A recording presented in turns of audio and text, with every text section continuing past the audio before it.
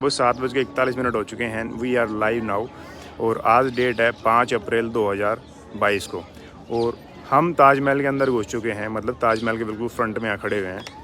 इस तरफ ये एंट्री गेट है, मुख्य द्वार रहा है। उस तरफ पीछे आप जाएंगे देखेंगे तो पीछे 4 गेट हैं, उत्तर दक्षिण पूर्व पश्चिम। और हम ताजमहल के बारे में वो सारी बातें जानना चाहेंगे। हमारे साथ में गाइड हमारे जो अमित कुमार जी हैं, वो बताएंगे कि भी रियल चीज़ मतलब ये कहाँ से शुरुआत हुई थी ताजमहल के बारे में, ये सही में ताजो महल है, ताजमहल है, क्या है। अमित जी आ जाओ यहीं। अभी हम शुरुआत करते हैं इसके बारे में पूरी जानकारी, क्योंकि हमें इतिहास का पता होना चाहिए कि कैसे शुरुआत हुई थी। अमित जी वेलकम। हाँ, तो थोड़ा सा मेरे को इसकी शुरुआत के बारे में बताएं कि ये जो मुग़लों का शासनकाल रहा है ना, और फिर इसकी शुरुआत इस इलाके की ताजमहल के नाम से या फिर शाहजहाँ, औरंगजेब, हुमायूं, अकबर के बारे में थोड़ा सा ब्रीफ करके बताएं, शुरुआत करके भी कैसे शुरुआत हुई थी, कैसे इसको कहेंगे कि ताजो महल है या फिर ये मंदिर था, जो कुछ भी था उसके बारे में आपको जितना जानकारी है इसके बारे में उतना ब्रीफ करें हमें। एक्चुअली बेसिकली इतिहासकार ये कहते हैं, क्योंकि इतिहास तो बहुत बड़ा है। जब मुमताज मरी बुरहानपुर में, जहाँ बुरहानपुर के किले में उनकी डेथ हुई, वहाँ पर शाहजहाँ उस समय दक्षिण के राजा थे। अच्छा, जैसे कि इतिहासकार कहते हैं। उसके बाद शाहजहाँ यहाँ आगरा आए, उन्होंने ये जगह ली थी राजा जयसिंह से।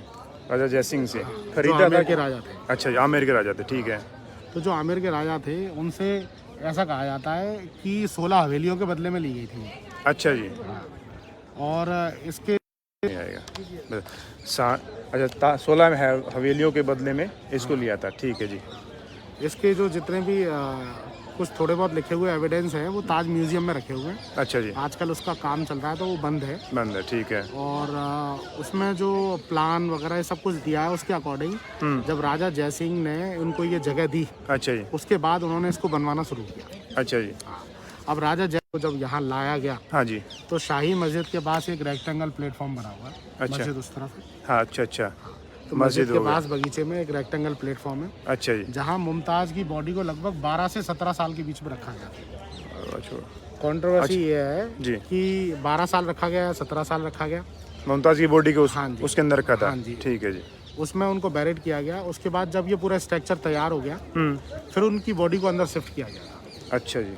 हिंदू का है तो मतलब ये क्या है, हिंदू देखिए, मंदिर रहा है ये, इसके बारे में एक्चुअली क्या मैं है? आपको बताऊं, मदर की साइड से खास तौर से जब ये शुरुआत हुई वो हुई जोधाबाई से, अच्छा जी। क्योंकि ये अकबर से शादी हुई उनकी। उनके बेटे हुए सलीम। अच्छा, सब चलते अपन थोड़ा उधर नहीं आए। तो सलीम से अकबर की शादी हुई जोधाबाई से, जोधाबाई तो से, पैदा हुए सलीम। ठीक है जी। ठीक है, यहाँ तक सही है। ठीक है, सभी लोग जानते हैं, इतिहास भी चल रहा है आजकल। बिल्कुल जी, बिल्कुल अब ठीक है। उसके बाद सलीम ने शादी करी जोधाबाई की भतीजी से, ठीक है, जिनका नाम था मानबाई, ठीक है। और उनके बेटे थे शाहजहां। अच्छा जी। तो हिंदू मुसलमान का तो इसमें बहुत लंबे समय तक नहीं रहा था। लेकिन ऐसा कहते हैं इतिहासकार कि औरंगजेब जो थे वो एक अलग दिमाग के थे। अच्छा जी। वो चाहते थे कि जो हमारा एक ही रिलीजन है वो एक रिलीजन रहे। अच्छा, जबकि अकबर ने एक दीन इलाही धर्म चलाया था, अच्छा इसमें सभी रिलीजनों को एक साथ करा था। तो वो अकबर की जो जनरेशन है, जिन्हें हम औरंगजेब कहते हैं, शाहजहां के बेटे, तो वो बिल्कुल विपरीत थे। अच्छा जी। तो जब विपरीत थे तो हर आदमी चाहता है कि मेरे ही धर्म का प्रचार हो, सब कुछ हो। तो उनके अकॉर्डिंग बहुत सारे कारनामे दुनिया जानती है, ऐसी कोई बात नहीं है। हर जगह पर पूरे भारत में जहाँ जहाँ या आसपास में किया उन्होंने। अच्छा जी। हाँ, तो यहाँ पर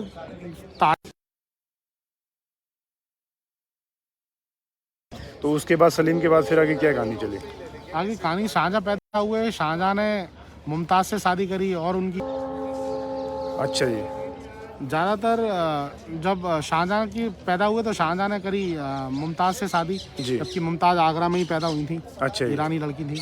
अच्छा, तो मुमताज़ से जब उनकी शादी हुई तो उसके बाद औरंगजेब पैदा हुए। There is a network issue. अच्छा जी, औरंगजेब से शुरुआत करो फिर। तो औरंगजेब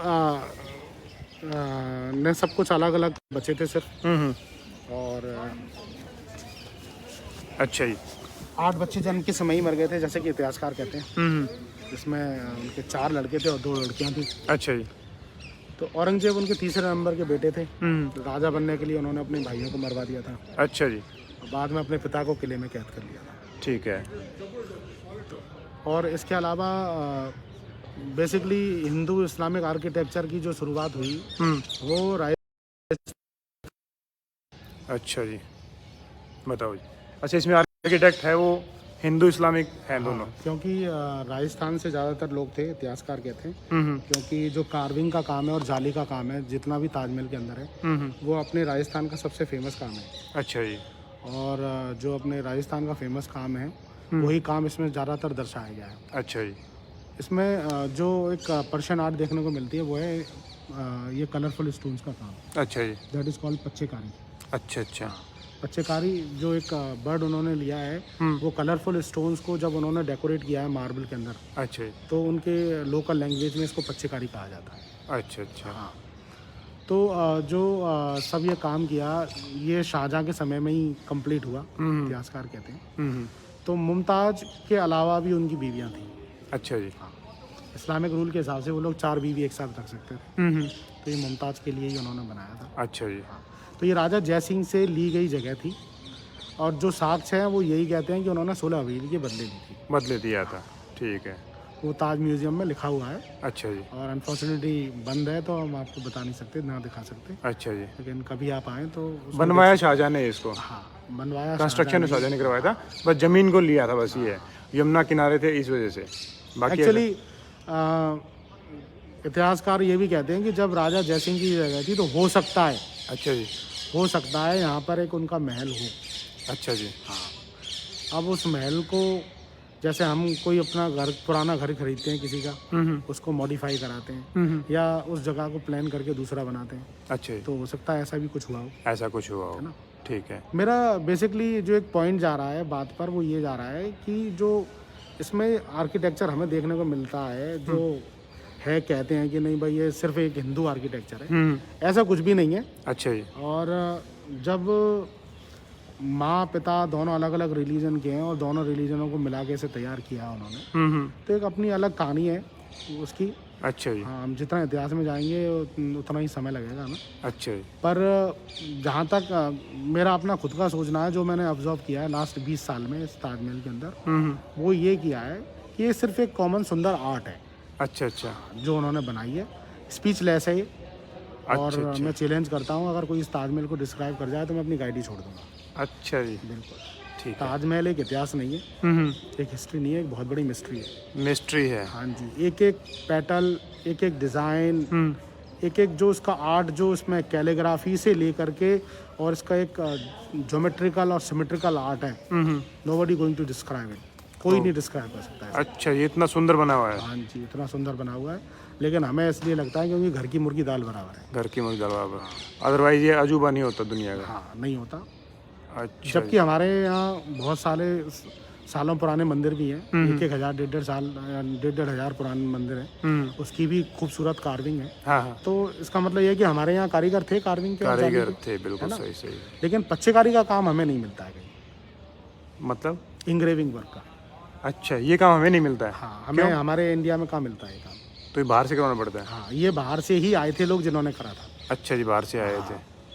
तो इस काम की वजह से ही थोड़ा सा ये लगता है कि जो ये आर्ट है वो उनकी द्वारा दी गई है। तो पच्चेकारी का काम जो काम है वो सेंट्रल एशिया के आसपास का काम है। अच्छा जी। ऐसा कहते हैं कि पहली बार जो इस इंग्रेविंग वर्क का काम किया गया था वो एतमातुद्दौला में किया गया था। अच्छा जी। दैट इज़ कॉल्ड बेबी ताज। अच्छा जी। हाँ, जो लगभग 1622 में है। उससे पहले का जो भी काम है वो जैसे इटली का एक फेमस काम है पेत्रादुरा। अच्छा जी। तो वो काम आपको कई जगह देखने को मिल जाता है। वो क्या होता है, वो थोड़ा बड़ा काम होता है, पत्थर के अंदर पत्थर को लगाते हैं। अच्छा जी। लेकिन जो ये इंग्रेविंग कलरफुल काम है ये 17वीं शताब्दी का ही है। अच्छा जी। इससे पहले का अभी तक मैंने तो नहीं पढ़ा है, पर हो सकता है, आई एम नॉट श्योर, क्योंकि इतिहास बहुत बड़ा है जी, कहीं कुछ भी हो सकता है जी। लेकिन मेरे हिसाब से जो पहली बिल्डिंग बनी है वो 1622 में ही बनी है। अच्छा, इंग्रेविंग वर्क के साथ। अच्छा अच्छा। जो एतमातुद्दौला जिसे कहते हैं, मिर्जा गयास बेग और असमत बेग की इसमें कवर है, जो नूरजहाँ ने बनवाया था अच्छा जी, अपने मम्मी पापा के लिए, उनकी याद में, अच्छा जी। जहांगीर की सपोर्ट से।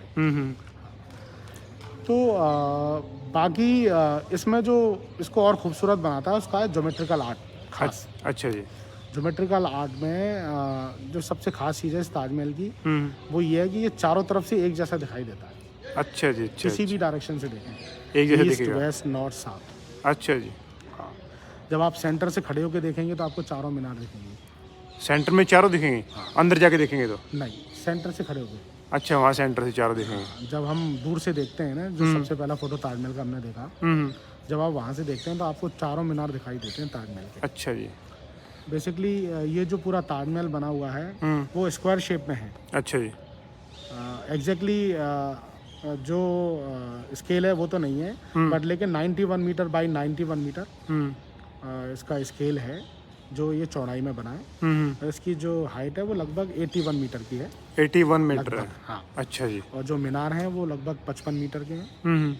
और जो साइड वाले गुम्बद हैं वो लगभग 14 मीटर के हैं। अच्छा जी, हाँ, और जो सबसे ऊपर एक गोल्डन पनेका लगा हुआ है वो लगभग 10 मीटर का है। गोल्डन का वो? जी नहीं, ये दो प्रकार से कहा जाता है, एक अष्ट धातु और एक पंच धातु। तो हो सकता है अष्ट धातु का भी हो सकता है पंच धातु का भी हो। और ये एक लाइटनिंग अरेस्टर है जो उसी ज़माने में बनाया गया। अच्छा जी, तो देखिए दोस्तों, हमें इसके बारे में हमें जिस जानकारी मिली है, ये मुद्दा अलग है, मतलब ये किसका क्या था पहले तो, लेकिन हमें जितना मतलब इतिहास इनको पता था, इनको जानकारी था, उसने हमें इसके बारे में कवर किया। वी डोंट गो बिफोर मुस्लिम हिंदू, हमें नहीं जाना चाहिए भी किस तरफ किसे कैसे क्या था। हमें सिर्फ मतलब चीज़ों को कोशिश करना चाहिए, अच्छे से एक्सप्लेन हो जाए भी, चीज़ें बारीकी से निकल जाएं, बस ये है, बाकी मुद्दा हमारा एक नहीं छोटा सा मिथ और है जो ज़्यादातर लोगों को लगता है कि वाकई में ऐसा किया गया होगा, है। कि उन लोगों के हाथ काट दिए थे जिन्होंने ताजमहल बनाया था। अच्छा जी, सुना है कुछ ऐसा आपने? हाँ सुना है ना, लेकिन ऐसा कुछ भी नहीं था। हाथ नहीं काटे थे? 20,000 लोगों के हाथ काटने का मतलब है एक विद्रोह होना, 20,000 परिवार के हाथ काटना। अच्छा, इतना आसान नहीं होता है 20,000 आदमियों के हाथ काटना। अच्छा जी, ये सिर्फ एक फिगर ऑफ स्पीच थी, कहावत, जो ताजमहल के साथ उसको गलत जोड़ा जाता है। अच्छा जी, अच्छा। अगर तो ये दोस्तों, ये जानकारी पूरी हमने इसमें कवर किया। आप लोग इसके पीछे ना जाएं, मतलब जैसा भी है जो भी है वो गवर्नमेंट के हाथ में, अभी उसको क्या होना क्या है। We respect Hindu Muslim every type of religion, क्योंकि इंडिया में होता ही यही है कि हमें उसको सभी धर्मों का, सभी जातियों का सम्मान करना चाहिए। और कहीं ना कहीं भिड़ाने की कोशिश करते हैं आपस में हिंदू मुस्लिम को या अलग कास्ट को आपस में करके, तो ये एक पुरानी राजनीतिक पॉलिटिकल इसको मानेंगे। और ज़्यादातर आप लोग समझ सकते हैं कि जो सीनियर जो हैं, मतलब किसी मुद्दे पे किसी भी पोस्ट पे बैठे हुए हैं, शायद वहाँ से कुछ शुरुआत होता होगा। We do not go after that, we are a simple common man, तो हमें कॉमन मैन की तरह रहना चाहिए।